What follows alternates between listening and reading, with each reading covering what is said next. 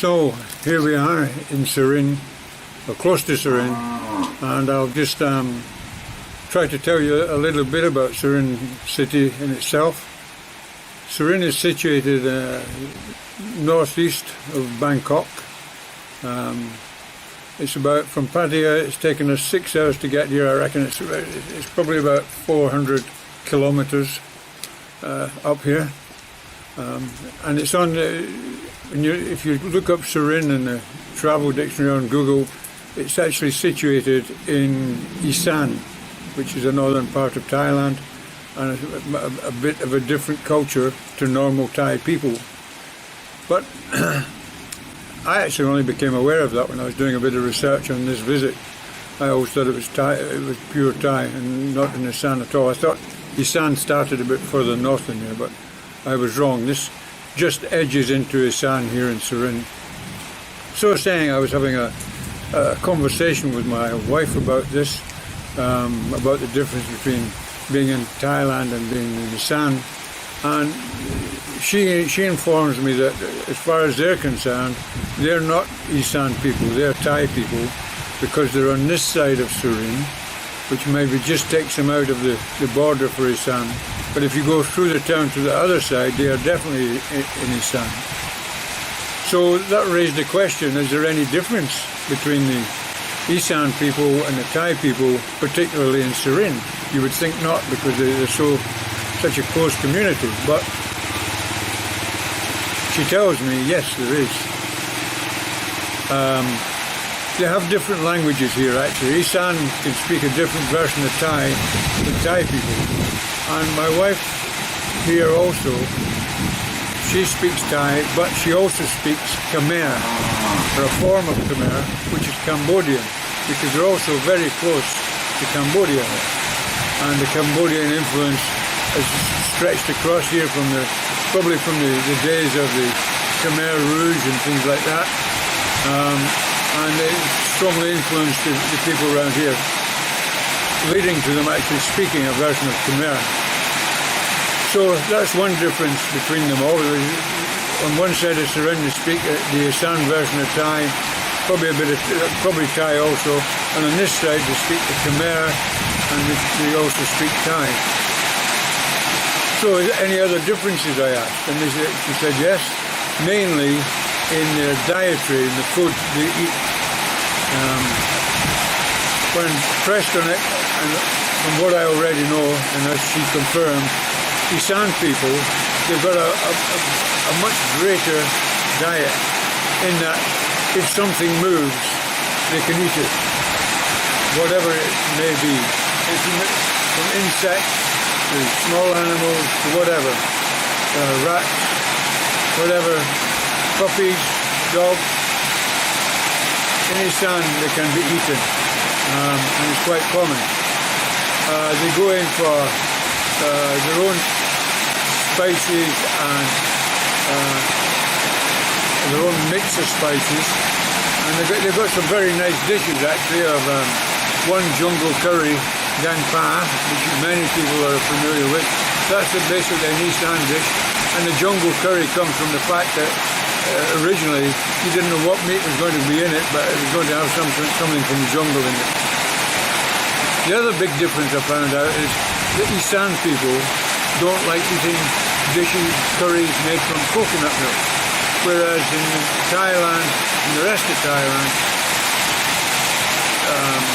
curries made from coconut milk are quite common and very, very, very popular. So that's the culture here. I don't know what the population is, I'll check on that. I've got a feeling it's about 750,000, somewhere around there. What is there to be said about Surin? Well, Surin is very much an agricultural town. It's surrounded by farms, etc. There's not very much in the city at all. It's kind of very old in its ways, very little new buildings gone up. In the centre, there's only two main hotels, the Majestic and the Surin Hotel, which in the days have been quite beautiful, impressive buildings, but maybe that was 50, 60 years ago, and now they're okay. They're relatively good value for money, but there's certainly no comparison to modern, recently built hotels. So you come to Surin, there's not a lot here to see. It's an agricultural area. Very famous in Surin is its elephants. A couple of times a year they have big elephant shows, and they actually, in this part of Thailand, they actually still use elephants a lot to work the farms or in the forest to move the wood around, etc., and logging. And a lot of the elephants up here are working animals, true working animals, and not just here for the tourists, although it does provide the community with a good tourist income, people coming up to see the elephants working here. Other than that, some of the scenery around about is quite nice. Very little to do. What has happened actually, and one of the things I've noticed since my association with Thailand, is a lot of guys that come here and settle down. Many of them marry girls from this area. I don't know particularly if there's a reason for that, but I must admit the majority of them are very, very pretty girls, and very popular with people that are settling down here. And a lot of guys, they marry the girls from this area, maybe meet them in Pattaya or Bangkok or some other area where the girls are going to work to make an income, and then when they get together and they make a unit, then quite often a lot of these guys, they move up here and either rent a house, but more than usual is that they get a bit of land. More often than not, it's a bit of the family land from the girl, and they'll build a house on that land for themselves, and they'll settle down up here. For the last couple of years, I'd say, that I've noticed up here, there used to be a lot of, let me explain, farang. Farang's a term that they use for people like me and Americans and Australians and New Zealanders. They call us farangs. And the origin of this is, was people from France were called Farangsets. And they shortened that to farangs. So really, the term actually means French people, but now it's a general term for any man or woman who obviously is white-skinned and comes from somewhere outside Thailand, be it the USA, Europe, UK, New Zealand, Australia, or wherever. So that's where that term comes from. So going back to what I was saying, when I came up here originally, which I suppose maybe first time I came up here 5 or 6 years ago, down in the town centre there was maybe about 4 or 5 bars that were owned or run by farangs and providing farang-style food. Mainly UK and Norwegian, actually. As far as I remember, there was a German one as well. So they were in the town and they were providing. They were getting an income from farangs meeting there to have the conversations and maybe to get a bit of European type food while they're there. But it was a very cliquey type atmosphere. A few people used one bar, a few people used another bar, and I never saw that any bar was going to be making much money, and they were probably struggling to survive. I came up here just before Christmas, I think, my last visit, and when I came up, all the bars I'm talking about have gone. And this is before the COVID problem, but the economy was, it just wasn't there, and all the bars have gone. There's another 1 or 2 that have opened. I'll get a chance to film them tomorrow, I hope, and you'll see them.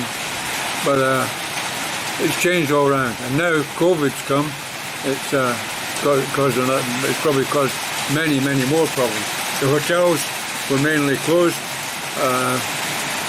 We booked in this weekend into the Majestic, which is just recently opened, and